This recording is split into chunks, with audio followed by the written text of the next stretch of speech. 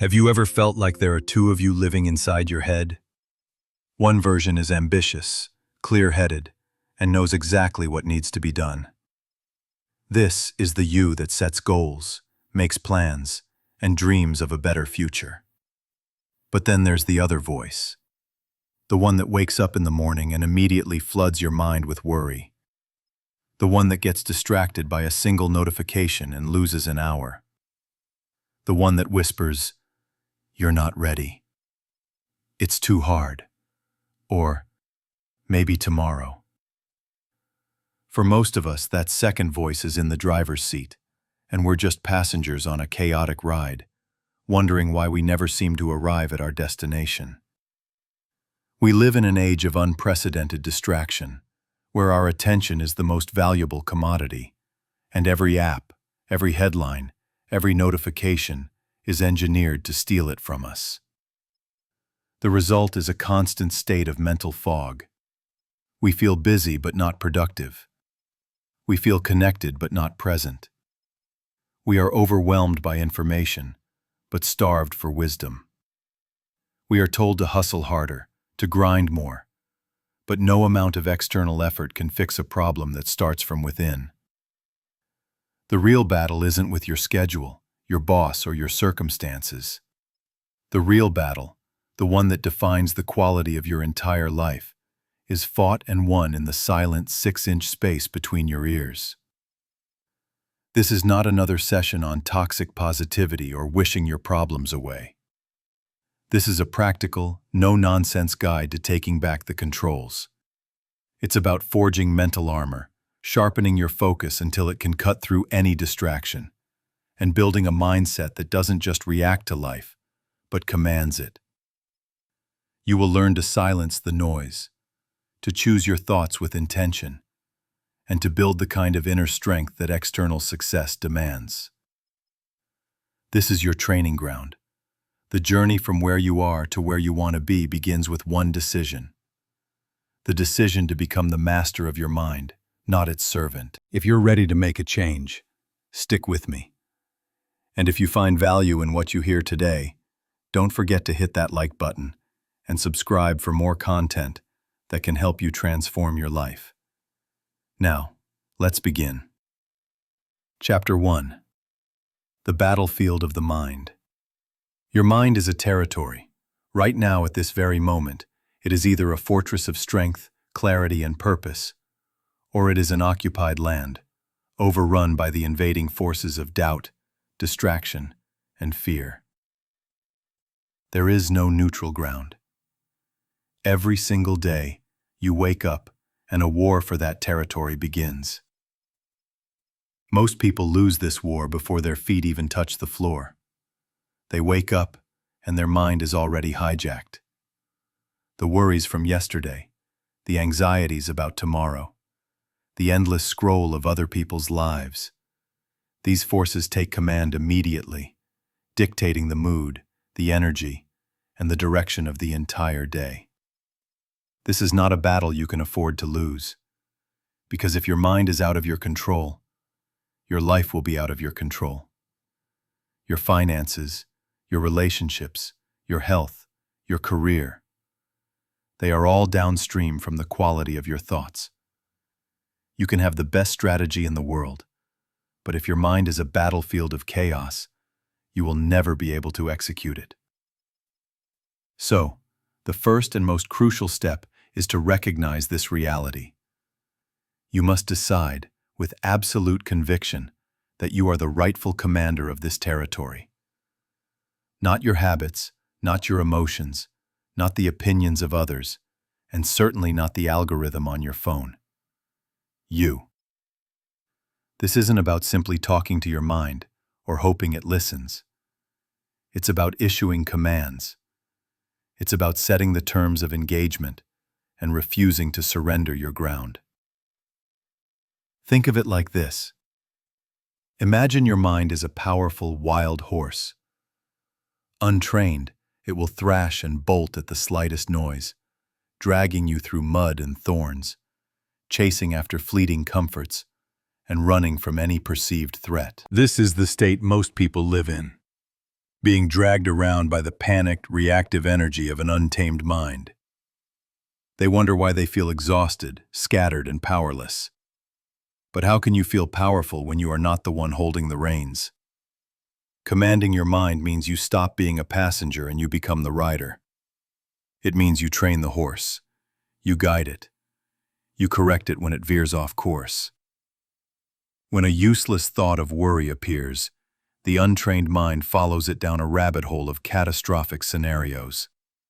The commanded mind sees the thought, acknowledges it, and says, "No, we are not going that way."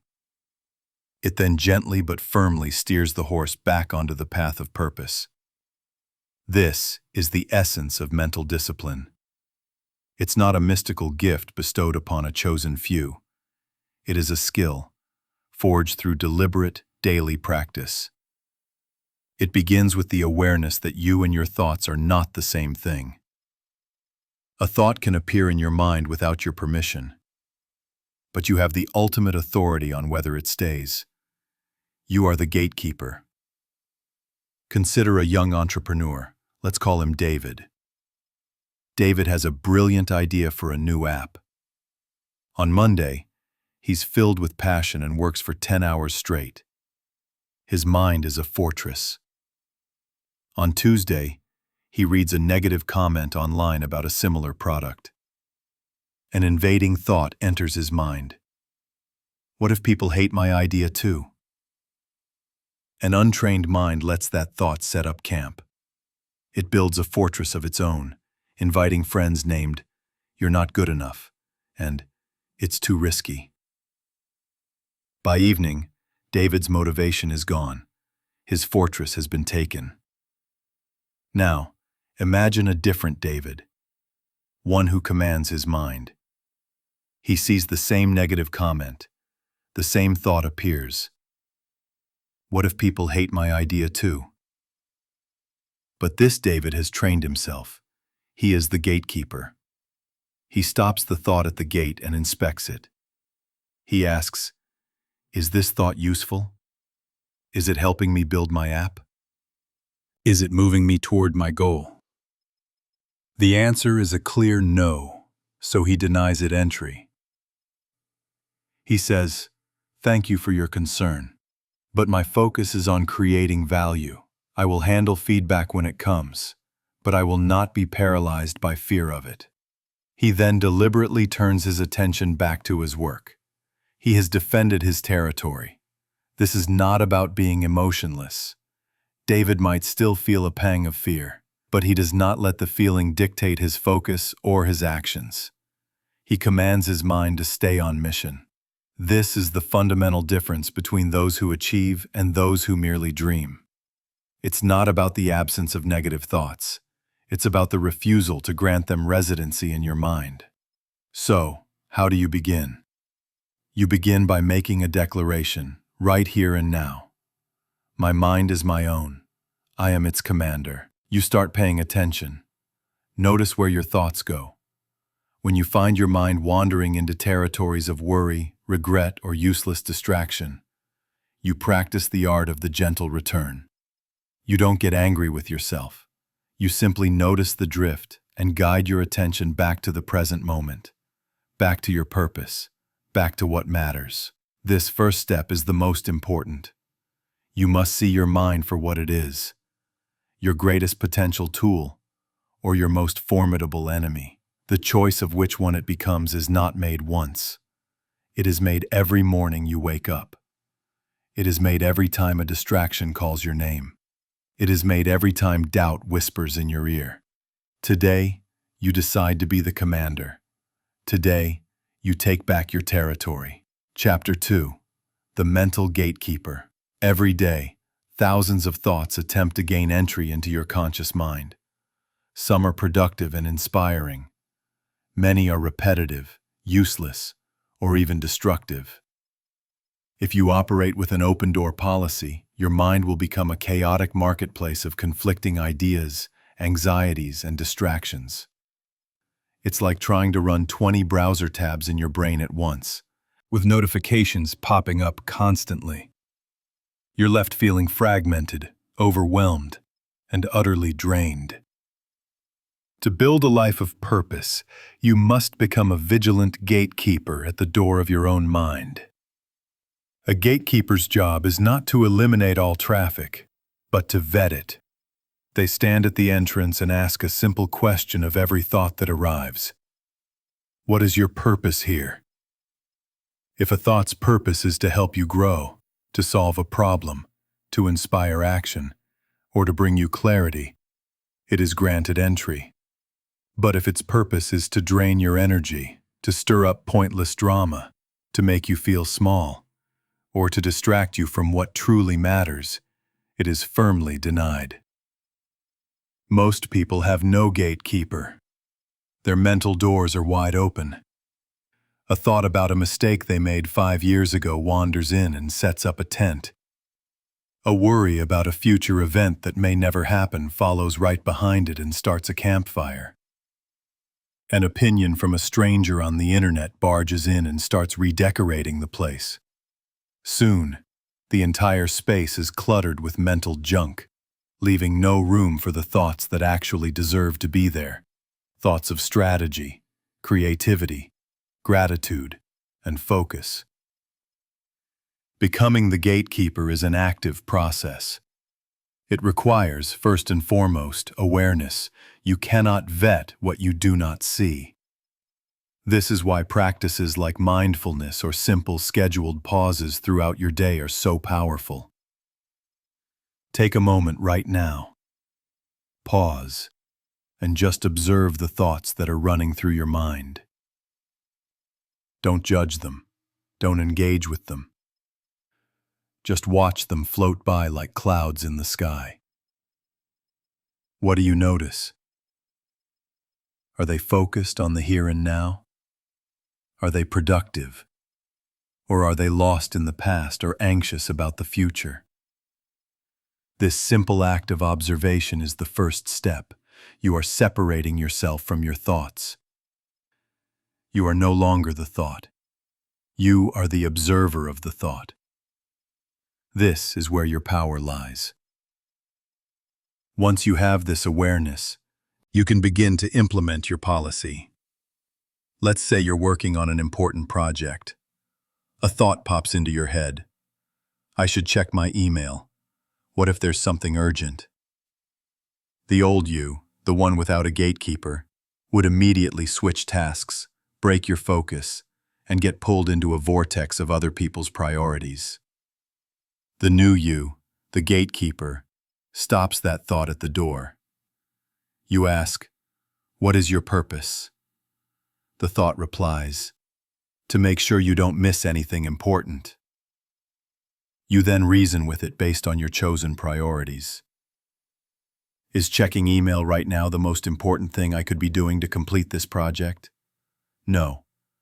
I have scheduled a time to check emails at noon. Until then, my focus belongs here. You have denied the thought entry. You have protected your focus. This applies to emotional thoughts as well. A feeling of self-doubt arises. The thought attached to it says, "You're going to fail. You're not smart enough for this." The gatekeeper doesn't panic. It doesn't argue. It simply inspects the thought's credentials. Is this thought based on objective fact, or is it an old fear-based story? Does believing this thought make me stronger or weaker? Seeing that the thought is designed to weaken you, you reject it. You can say to yourself, "I recognize this is a feeling of fear, but I do not accept the thought attached to it as truth. I choose to focus on the next step I can take, not on an imagined failure." This process is like curating a museum. Your mind is the gallery, and your attention is the spotlight. Are you going to fill your gallery with junk, with fears, resentments, and meaningless distractions? Or are you going to fill it with masterpieces, with thoughts of courage, resilience, wisdom, and purpose? You are the curator. You get to decide what goes on display. Think of a programmer named Sarah. She's deep in code, solving a complex problem. Her mind is a clean, well-lit workshop. Then, a thought arrives, uninvited. Remember that awkward thing you said at the meeting yesterday? Without a gatekeeper, that thought derails her completely. She stops coding and starts replaying the conversation, cringing, feeling embarrassed. Her focus is shattered. Her workshop is now cluttered with social anxiety. The new Sarah, the gatekeeper, catches that thought. She recognizes it as a useless distraction. This thought has no purpose here, she decides. It does not help me solve this code. She visualizes putting the thought outside the workshop door and closing it. It might knock again, but she will continue to ignore it, keeping her mental space clean and dedicated to the task at hand. Your mental environment is just as important as your physical one. You wouldn't try to do your best work in a room filled with garbage, loud noises, and constant interruptions. So why would you allow your mind to operate in that state? Guard it. Protect it fiercely. Stop feeding it with junk input from endless scrolling and negative news cycles. Choose what you read, what you watch, and who you listen to. Every piece of information you consume is a thought seed. Plant seeds of strength, not weakness. Start today. For the next hour, practice being the gatekeeper. Notice every thought that comes to the door of your mind. For each one, ask, does this serve me? Does this move me forward? If the answer is no, practice letting it go. Don't fight it. Just withdraw your attention from it. See it for what it is, a passing cloud, a random visitor, and return your focus to what you have chosen. This is how you clear the clutter. This is how you create the mental space required for success. Chapter 3. The Architect of Your Morning. If your mind is a house, then your morning is the foundation. You can have the most beautiful designs for the upper floors, your goals, your ambitions, your plans for the day. But if the foundation is cracked and unstable, the entire structure is compromised. The way you begin your day has a disproportionate impact on everything that follows. You are either the architect of your morning, deliberately laying a foundation of intention and clarity, or you are a victim of circumstance, starting your day on a foundation of reaction and chaos laid by others. Consider the typical modern morning. The alarm goes off. Before the mind is even fully awake, a hand reaches for the smartphone. The bright screen floods the eyes, and with it comes a tidal wave of input. Emails from work demanding your attention. News headlines broadcasting crisis and fear. Social media feeds showing curated highlight reels of other people's lives, sparking instant comparison and inadequacy. Within the first 5 minutes of being awake, your mind has been pulled in 100 different directions. Your agenda for the day has been set for you by strangers, algorithms, and advertisers. You begin your day already behind, already in a state of reaction, defending against a flood of external demands instead of proactively building your own reality. This is not a foundation for success. It's a blueprint for burnout. Now, imagine a different approach. You become the architect. The alarm goes off. Instead of reaching for your phone, you pause. You take a moment for yourself, in the quiet, before the world rushes in. This is your time. You don't need an hour. Even 5 or 10 minutes of deliberate intention can change the entire trajectory of your day. In these precious moments, you don't consume, you create. You create your mindset for the day ahead. This is the morning reset. It's the conscious act of wiping the slate clean from the day before and laying a fresh, solid foundation. Your mind doesn't automatically start in a neutral state. It often carries the residue of yesterday's stress or tomorrow's anxiety. The reset is your chance to interrupt that momentum. How do you do it? It's simpler than you think. You sit up. You take 3 deep, conscious breaths, feeling the air fill your lungs and then slowly release. This simple act anchors you in the present moment. It tells your nervous system that you are safe and in control. Then, you ask yourself 3 key architectural questions. First, who do I want to be today? This isn't about your to-do list. It's about your state of being. Do you want to be patient, focused, courageous, disciplined, present? Choose 1 or 2 qualities that are most important for the day ahead. By deciding on your identity first, you create a filter through which you will make all your decisions. If you decide to be focused, it becomes much easier to say no to distractions later on. Second, what is the single most important thing I must accomplish today to move my life forward? Notice the singularity. Not the 10 things, but the one thing.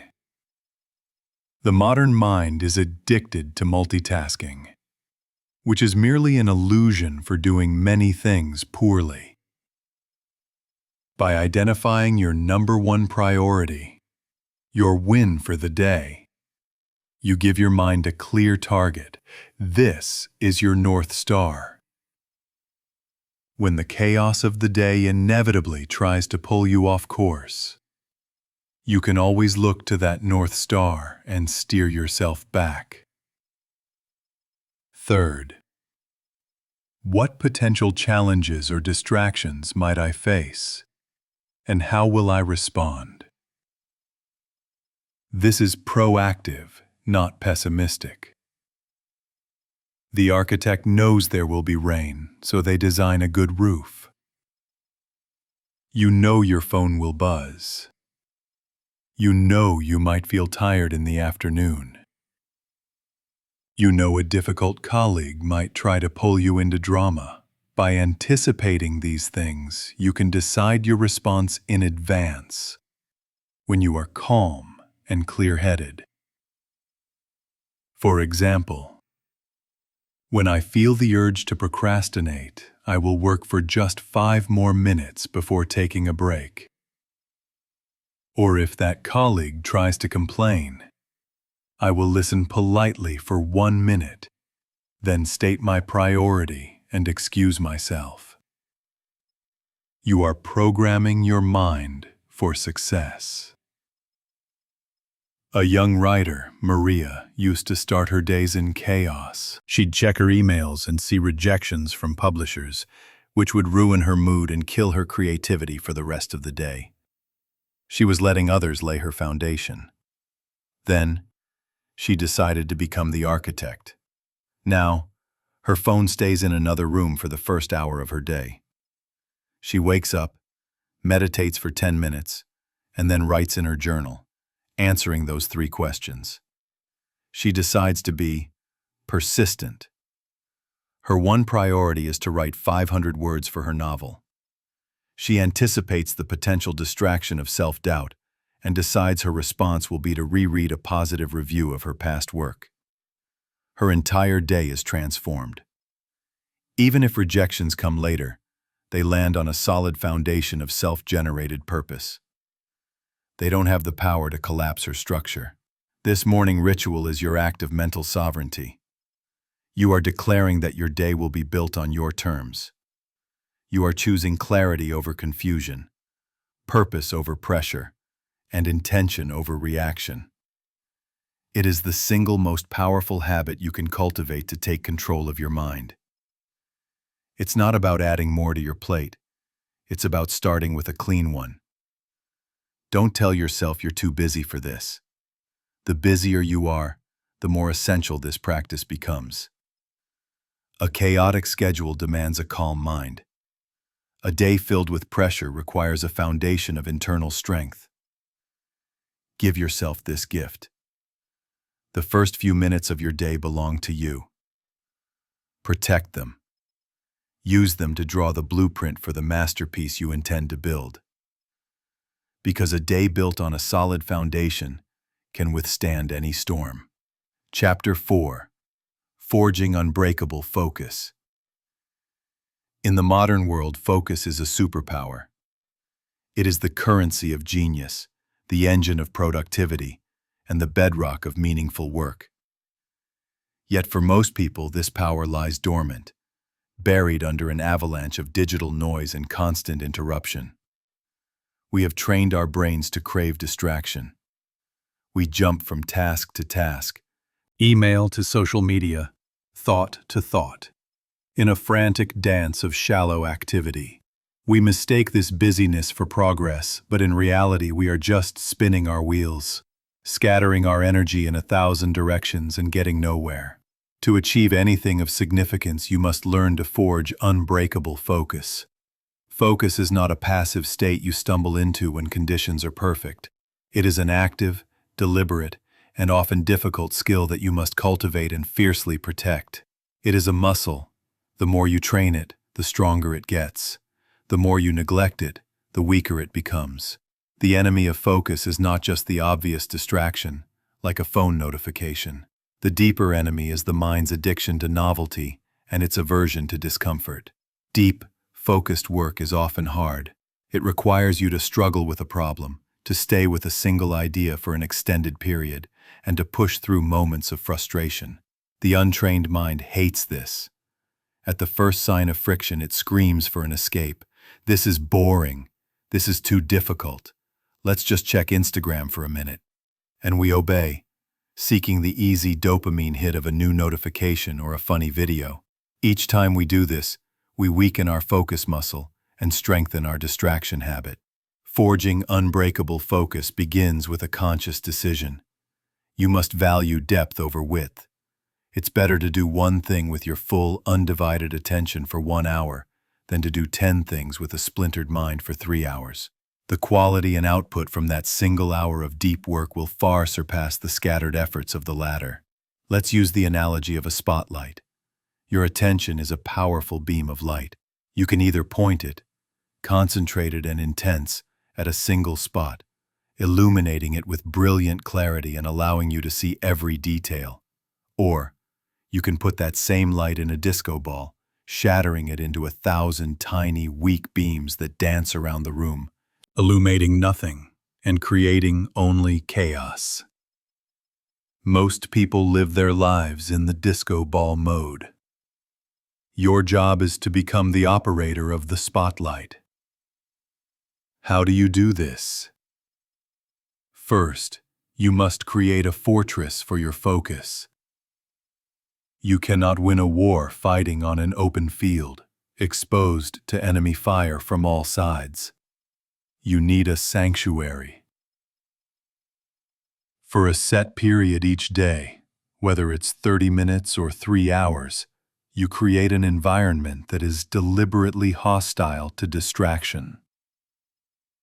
This means your phone is not just on silent, it is in another room.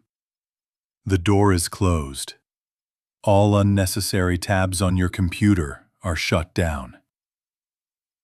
You inform those around you that you are not to be disturbed. You create a sacred space dedicated to one and only one task. Second, you must train your mind to stay within that fortress. At first, it will try to escape. Even with no external distractions, your own thoughts will become the enemy.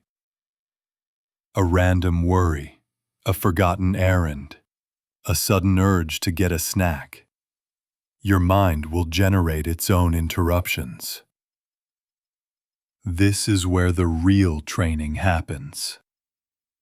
This is the moment you must practice the return. When you notice your mind has wandered, you don't judge or criticize yourself. You simply and gently guide it back to the task at hand. The first time, you might have to do this every 30 seconds. That's okay. Each return is a repetition, a bicep curl for your focus muscle. Over time, the periods between the drifts will lengthen. Your ability to sustain concentration will grow. Consider an architect. Let's call her Lena. She has to design a complex building. This requires hours of uninterrupted, deep thought. In the past, she would work with her email open, her phone on her desk, and would constantly be pulled away. Her designs were good, but never groundbreaking. She was always working in the shallows. Then she decided to forge her focus. She implemented deep work blocks. From 9 a.m. to noon every day, her team knows she is unreachable. Her phone is off and locked in a drawer. She uses an app to block distracting websites. In her fortress of focus, she immerses herself in the design. At first it was torture. Her mind screamed for the distraction it was used to. But she persisted. She practiced the return over and over. Within a few weeks, something shifted. She began to enter a state of flow, where time seemed to disappear. Her creativity soared. The solutions she found were more elegant, more innovative. She was no longer just an architect. She was an artist in her craft. She had unlocked her superpower. You must also learn to be strategic with your energy. Unbreakable focus is demanding. You cannot maintain it for 8 hours straight. It's better to have 2 or 3 highly focused, 90-minute blocks, separated by genuine rest, than to attempt a full day of half-focused work. During your breaks, you must actually rest your brain. This doesn't mean scrolling through social media, which is just another form of cognitive load. It means stepping away from screens, taking a walk, stretching, or simply sitting in silence. A rested brain is a focused brain. Finally, protect your focus from emotional overload. If you start your day by arguing with someone or consuming enraging content online, your mind will be hijacked by frustration and anxiety. That spotlight of your attention will be stuck on the emotional drama, unable to point at your productive work. Be ruthless about protecting your emotional state, especially in the mornings. Your peace is the fuel for your focus. Start small. Commit to one 25-minute block of pure, uninterrupted focus today. Create your fortress. Choose your single task, and practice the return.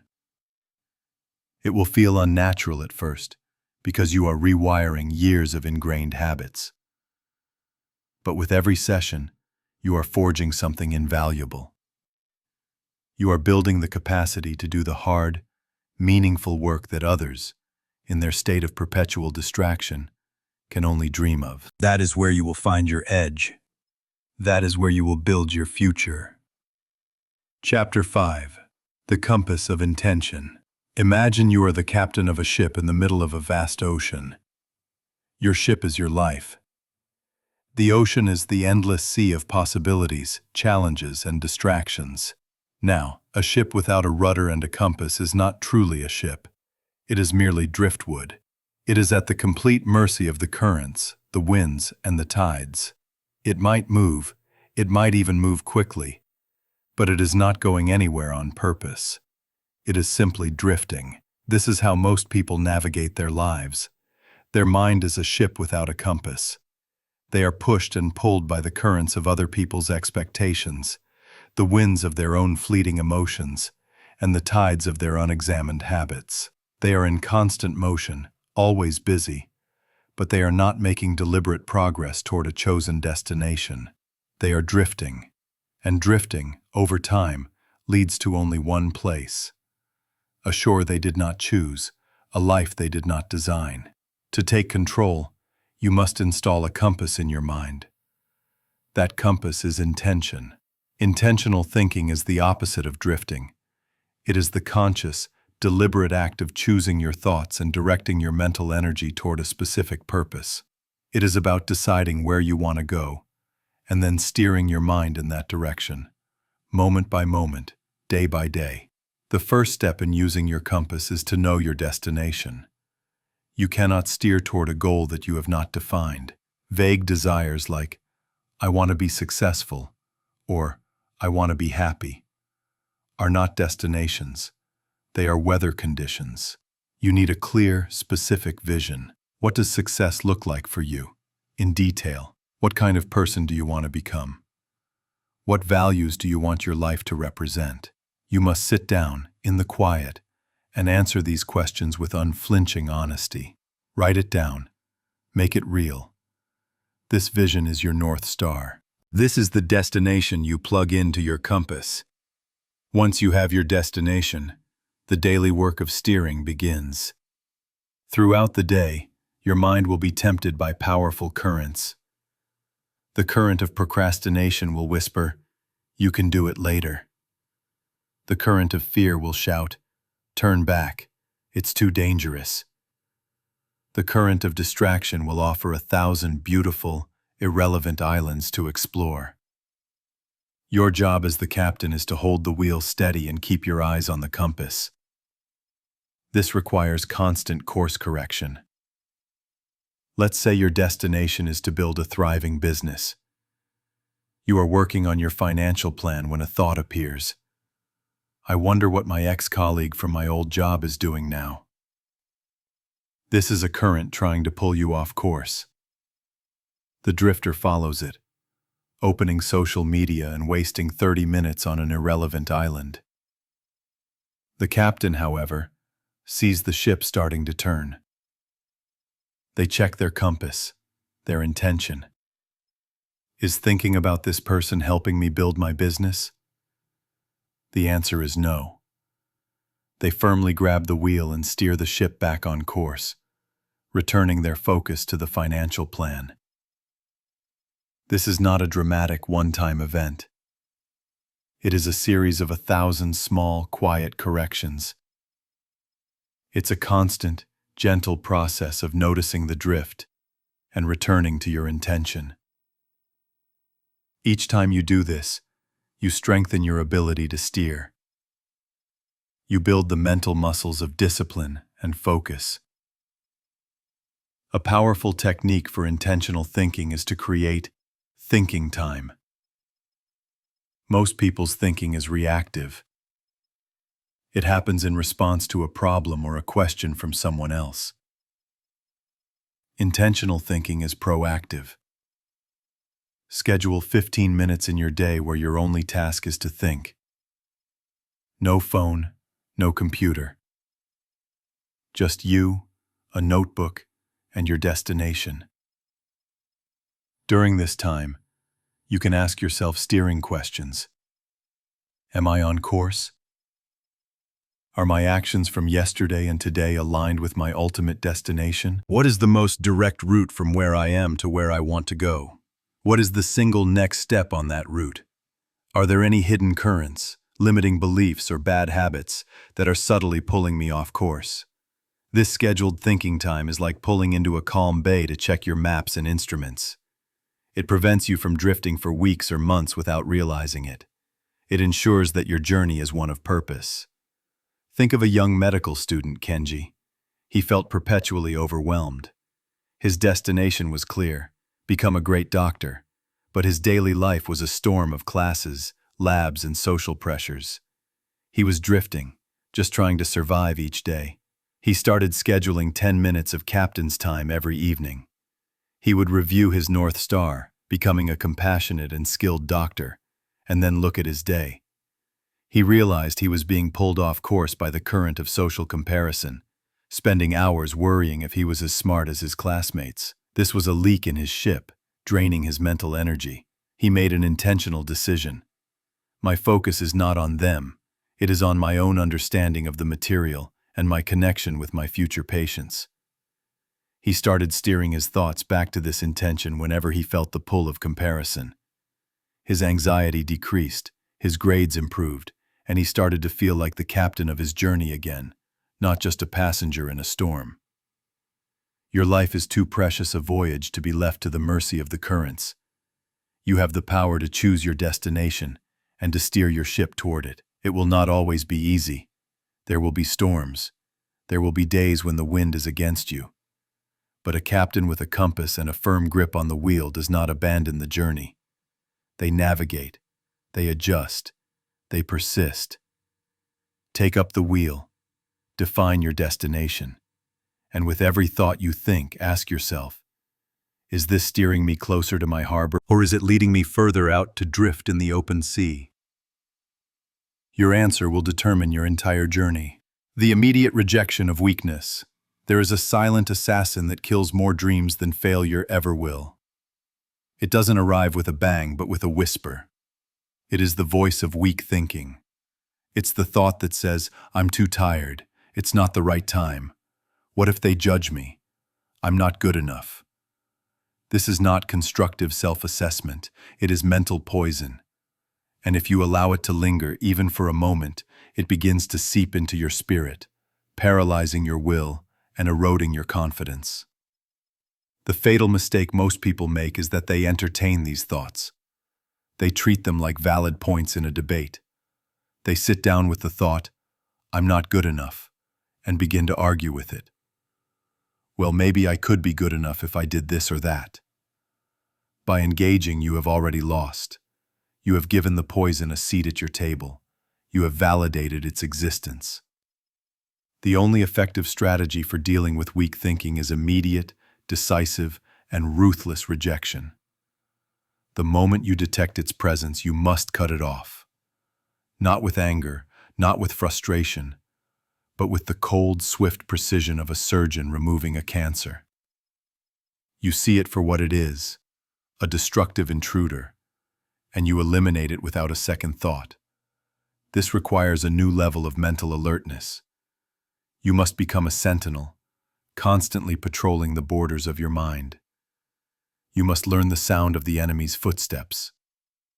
Weak thinking is sneaky. It often disguises itself as realism or being practical. The thought, it's highly unlikely I'll get that promotion, so I shouldn't try too hard, sounds reasonable on the surface. But look deeper. What is its true function? Its function is to give you an excuse to play small. It is a permission slip for mediocrity. It is weakness masquerading as wisdom. Reject it. A powerful mindset doesn't mean you never have weak thoughts. Everyone has them. A powerful mindset is defined by the speed at which you identify and discard them. The gap between the appearance of a weak thought and your rejection of it is where your power is either won or lost. A 2-second gap is a victory. A 2-hour gap, where you let the thought marinate and infect your mood, is a devastating loss. Consider a basketball player stepping up to the free throw line in the final seconds of a game. The thought, "Don't miss," flashes through her mind. This is a weak thought. It focuses on the negative outcome. A novice player might dwell on it. She starts thinking about the crowd, the pressure, the consequences of failure. Her body tenses. Her shot is weak. She misses. A professional, however, has trained for this moment. The thought, "Don't miss," appears, and she rejects it instantly. She doesn't fight it. She replaces it. She has a pre-planned, strong thought ready to go. Swish, all net, just like in practice. She focuses on the feeling of a perfect shot. She visualizes the ball going through the hoop. She has rejected weakness and replaced it with a command for success. She sinks the shot. This is a skill you must practice off the court, in the quiet moments of your daily life. When you wake up and the thought, "I don't feel like it today," appears, reject it immediately. Replace it with your pre-planned power thought. My commitment is stronger than my mood. When you're about to make a sales call and the thought, "They're going to say no," whispers in your ear, cut it off. Replace it with, "My job is to serve, not to predict." You must build an arsenal of strong, truthful, and empowering thoughts that you can deploy at a moment's notice. These are not cheesy affirmations, these are your mental weapons. They should be rooted in your values, your commitments, and your identity. I am the kind of person who finishes what they start. Discomfort is the price of growth, and I am willing to pay it. My focus is on my effort, not the outcome. This feeling is temporary. My mission is permanent. Write these down, memorize them, make them a part of you. So when the assassin of weak thinking appears, you are not caught unarmed. You are ready. You reject and replace. Reject and replace. Over and over. This practice will feel aggressive at first. It might even feel unnatural. That's because you are rewiring a brain that has been conditioned to accept and ruminate on negativity. But with every rejection, you are carving new neural pathways. You are teaching your brain a new default setting. Over time, the weak thoughts will still appear, but they will have less and less power over you. They will be like flies buzzing at a window pane. You notice them, but they cannot get in. Do not tolerate weakness in your own mind. You would not allow a stranger to walk into your home and tell you that you are a failure. You would throw them out immediately. You must afford your mental home the same level of protection. You are the only one with the key. You are the only one who can grant or deny access. Take a stand today. Draw a line in the sand. From this moment forward, weak thinking is no longer welcome here. It gets no time, no attention, and no respect. The moment it shows up, it gets rejected. This single discipline, practiced with relentless consistency, will do more to change your life than any other. Because when you refuse to be a victim of your own weak thoughts, you become capable of absolutely anything. Chapter 7. The Engine of Belief. In the architecture of your mind, if intention is the compass and focus is the spotlight, then belief is the very foundation upon which the entire structure is built. You can have the clearest goals and the most intense focus, but if your underlying belief is that you are incapable of achieving them, you are building a skyscraper on sand. At the first sign of a storm, a failure, a criticism, a setback, the entire edifice will come crashing down. Belief is the engine of action. It is the deep, quiet, unshakable conviction that what you are doing is possible, and that you are the one capable of doing it. But here is the critical truth that most people miss. Belief is not a feeling you wait for. It is not a magical gift that some people have and others don't. Belief is a choice. It is a decision you make. And then, it is a fortress you build and defend every single day. Where do our beliefs come from?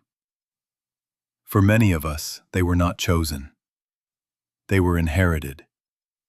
They were assembled from the scraps of past experiences, the opinions of parents or teachers, and the subtle messages of society. A failure in school might have installed a belief that says, "I'm not smart." A critical parent might have installed a belief that says, "I'm never good enough." These old, unexamined beliefs run like silent software in the background of our minds, dictating our choices and limiting our potential without our conscious awareness. Your first task is to become a belief archaeologist.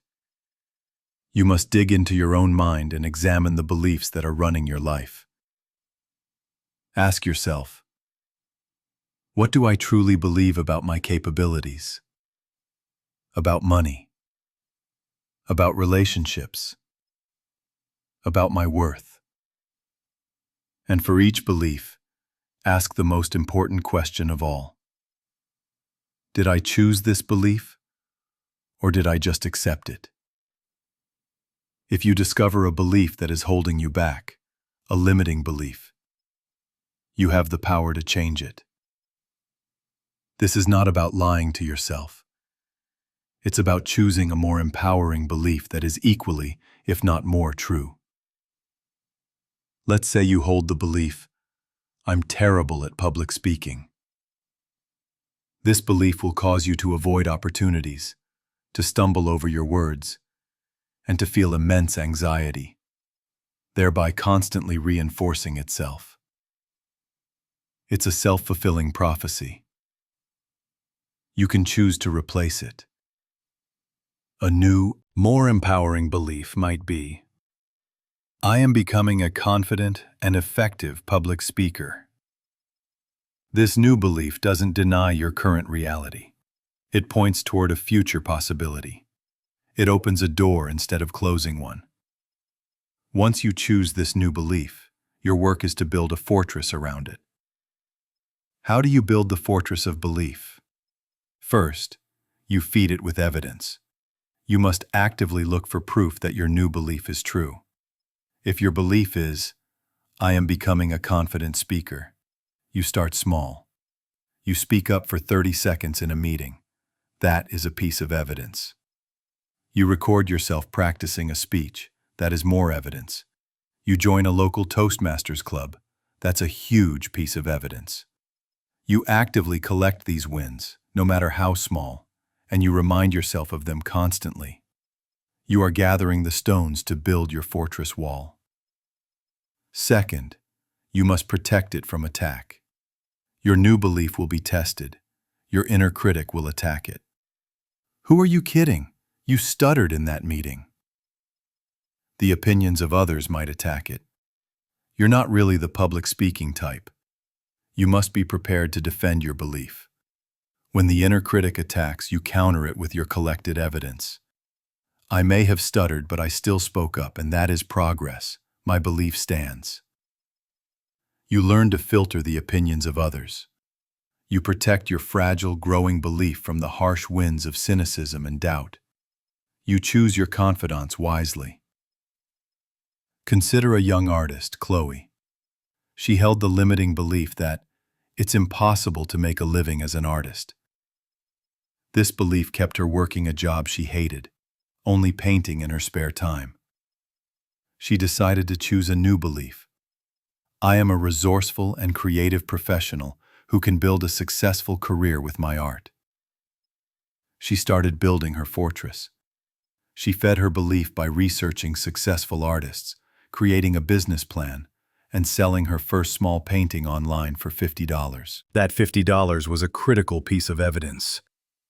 She protected her belief by unfollowing social media accounts that made her feel inadequate, and by politely changing the subject when doubtful relatives questioned her path. Day by day, stone by stone, she built her fortress of belief. Years later, she is a full-time artist. Her reality did not change her belief. Her chosen belief changed her reality. Belief is also strengthened through action in the face of doubt. Courage is not the absence of fear. It is acting in spite of fear.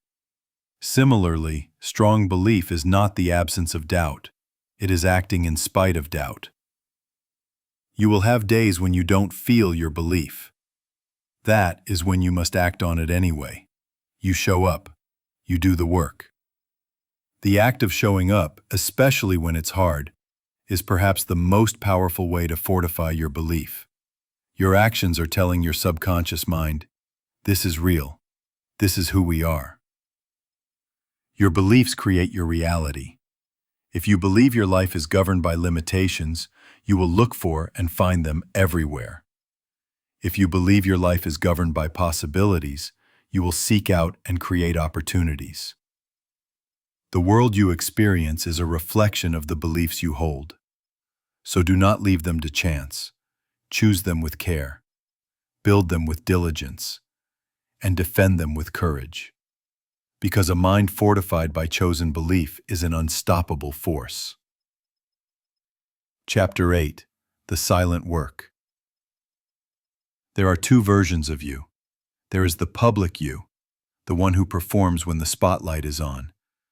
This is the you in the important meeting, the you giving the presentation, the you on a first date. We all know how to put on a good show when the stakes are high and people are watching. But then, there is the private you. This is the you at 6 a.m. when the alarm goes off and no one is there to see if you get up. This is the you at 10 p.m. when you're tired and alone with your thoughts. This is the you in the quiet moments, when it's just you and your choices. The quality of your public life is a direct reflection of the work you do in private. The discipline you forge when no one is watching is the true measure of your character, and the ultimate determinant of your success. Anyone can be disciplined for an audience, but who are you when the audience goes home? This is the arena of silent work. It is the unglamorous, uncelebrated, and absolutely essential practice of disciplining your mind when there is no external accountability. It's in these moments that you build the most important asset you will ever own: self-trust. Every time you keep a promise to yourself in private, getting up on time, choosing to read instead of scroll, finishing the task you said you would, you make a deposit in your self-trust account. Every time you break a promise to yourself, hitting snooze, making an excuse, quitting when it gets hard, you make a withdrawal. A person with a high balance of self-trust moves through the world differently. They have a quiet confidence, an inner solidity. They don't need constant external validation because they have validated themselves through their own private actions.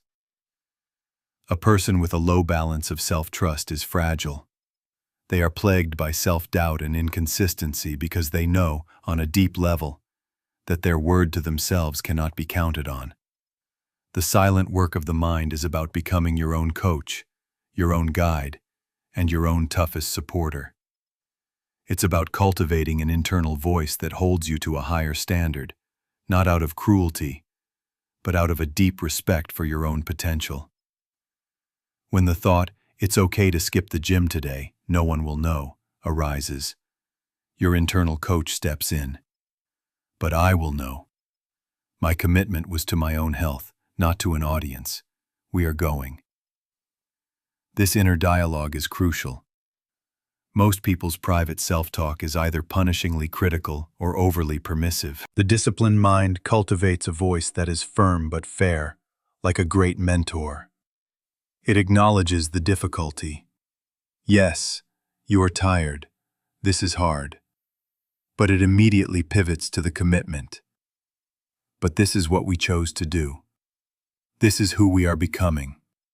Let's take the next small step. Think about a musician, practicing scales for hours in a small windowless room. No one is applauding. No one is buying tickets. It is repetitive, tedious, and lonely work. This is the silent work. But it is in those thousands of unseen hours that they build the finger dexterity and muscle memory that allows them to later walk on stage and make it look effortless. The performance everyone sees is simply the flowering of a plant that was watered in solitude for years. Your mental discipline is the same. The quiet moments are your practice room. When you choose to reject a weak thought when you're alone, that's a scale. When you force your focus back to a task after being distracted by an inner urge, that's a scale. When you consciously shift your perspective from complaint to gratitude in a moment of frustration, that's a scale. Each one of these private reps builds the mental muscle memory that you will then rely on when you're under public pressure. The person who stays calm in a crisis is not lucky. They have practiced staying calm in 1,000 small, private moments of stress. The person who is articulate and persuasive in a negotiation has practiced clarity of thought when they were alone with their journal. So, how do you begin this silent work? You start by making your private environment a training ground for excellence. Your first hour of the day and your last hour of the day are the most critical. In the morning, you win the battle against the snooze button. You win the battle against the immediate phone check. You do your morning reset. In the evening, you win the battle against mindless entertainment. You choose to prepare for the next day, to read something that expands your mind, or to reflect on your progress. You also create your own standards and your own systems of accountability. Don't rely on willpower alone. It's a finite resource. Build a structure that supports your discipline. If you want to think more clearly, schedule your thinking time. If you want to stop negative self-talk, create a rule that for every negative thought you entertain, you must consciously identify 3 things you are grateful for. You become your own system administrator. This journey is not about perfection. You will have days where you slip. The test is not whether you fall. It's how quickly you get back up, especially when no one is watching. The silent work is about learning to forgive yourself for the lapse and immediately recommitting to your standard, without drama or self-pity. There is a profound peace that comes from knowing you are living in integrity with yourself. When your public actions and your private thoughts are aligned, you become whole. You are no longer performing. You are simply being. This is the ultimate freedom. It's a freedom that can't be bought or given. It can only be earned. In the quiet, in the solitude, in the silent work. Chapter 9. Embodying your future self. The greatest barrier to achieving your goals is not a lack of resources or opportunity. It is the gap between your current identity and the identity required to achieve those goals. You cannot build a $10 million business with the mindset of a person who is afraid to ask for a sale. You cannot run a marathon with the mindset of someone who sees themselves as undisciplined. Your external reality will always, eventually, catch up to your internal identity. Therefore, the most powerful and direct path to changing your life is to start thinking, acting, and being the person you want to become, long before the results show up.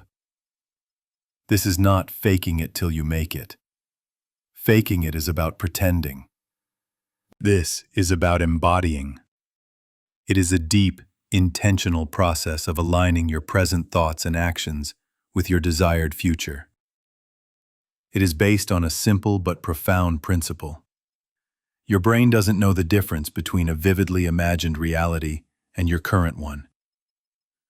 By consistently thinking from the perspective of your future self, you begin to rewire your brain, creating the neural pathways that will make that future inevitable. The process begins with a crystal-clear vision.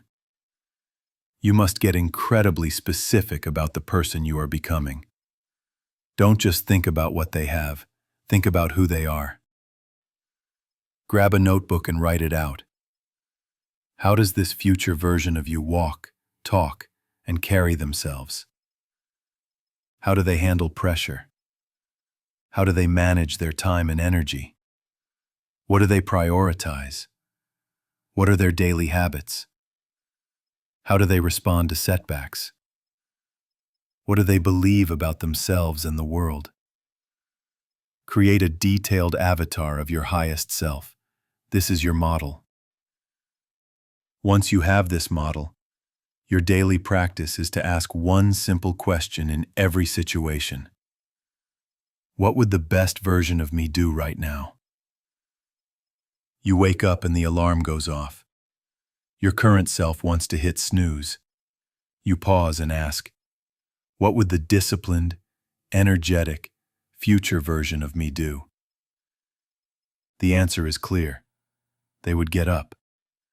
And so, you get up. You are not just getting out of bed. You are stepping into the identity of your future self. You're at work and a difficult colleague confronts you. Your current self wants to react emotionally, to get defensive. You pause. How would the calm, confident, emotionally intelligent version of me handle this? They would listen, stay grounded, and respond with clarity and respect, not reactivity. And so, you do that. With each choice, you are closing the gap. This is a profound shift from goal setting to identity shaping. A goal setter says, I want to lose 20 pounds. An identity shaper says, I am becoming the kind of person who is healthy and energetic.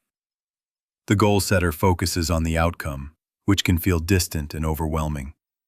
The identity shaper focuses on the present moment, on making the choice that aligns with their new identity. Does a healthy person eat the donut or the apple? Does an energetic person take the elevator or the stairs? The choice becomes simple. A man I know, Michael, wanted to start his own consulting firm but was paralyzed by imposter syndrome. His identity was an employee who hopes to one day be a boss. He was waiting for success to grant him the identity. It doesn't work that way. We decided to flip the script. We defined his future self. Michael, the sought-after expert and confident CEO. We then broke down how that version of him would operate. The CEO version of Michael wouldn't wait for clients to find him. He would proactively reach out and offer value. So, the present-day Michael started sending 5 outreach emails every morning. The CEO version wouldn't dress in a t-shirt for a video call. He would dress professionally to signal his own seriousness. So, Michael started dressing for the job he wanted. The CEO version wouldn't consume endless hours of how-to videos out of fear. He would trust his existing knowledge and take action. So, Michael committed to a 1-to-5 ratio of learning to doing. Nothing external had changed yet. He didn't have a single client. But internally, everything was shifting. He was no longer trying to be a consultant. He was being one. He was embodying the identity. And a funny thing happened. His confidence grew with his actions. His outreach became more assured. People started responding. Within 6 months, he had left his job and was running his own thriving firm. He didn't wait for the title to change his thinking. He changed his thinking, which changed his actions, which earned him the title. This practice requires courage. You are essentially acting on a belief in a future that is not yet materialized. People around you who are used to your old identity might not understand. They might even subtly try to pull you back into your old box. This is why the work must be internal. You don't need to announce your new identity to the world. You just need to live it. Let your actions speak for themselves. Every day is a rehearsal for your future. Every choice is a chance to step into character. You are not pretending to be someone you're not.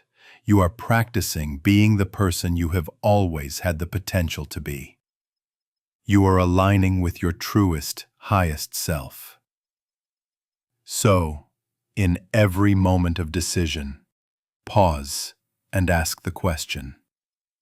Let your future self be your guide.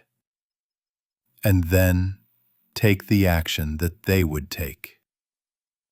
One choice at a time, one day at a time. you will look in the mirror and realize you are no longer just embodying them. You have become them. Conclusion: the architect of reality.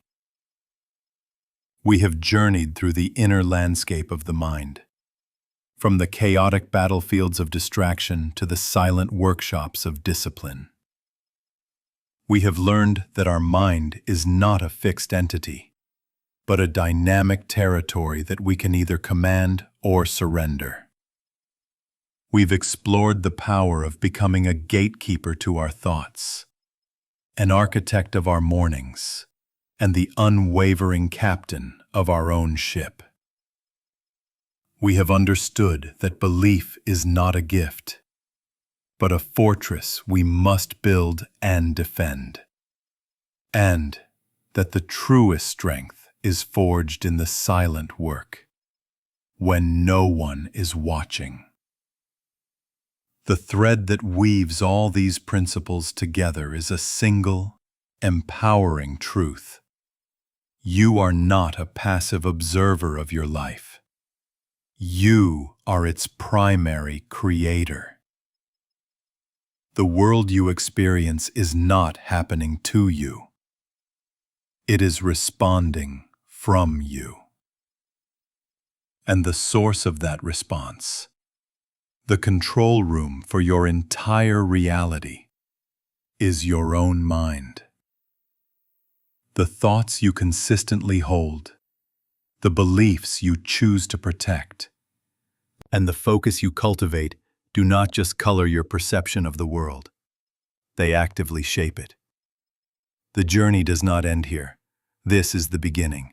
This is your call to action. Do not let these ideas remain as mere concepts. Choose one principle from this audiobook, just one, and commit to practicing it with full intention for the next 7 days. Perhaps you will become the architect of your morning, reclaiming those first precious minutes for yourself. Or maybe you will become the sentinel, practicing the immediate rejection of weak thinking. The specific practice matters less than the act of commitment itself. Real change is not born from a single moment of inspiration, but from the steady, repeated application of discipline. It is in the small, daily choices to steer your thoughts, to protect your focus, and to act in alignment with the person you are becoming, that you will build a life of purpose, power, and profound peace. Your mind is the architect of your reality. Take the blueprint and start building.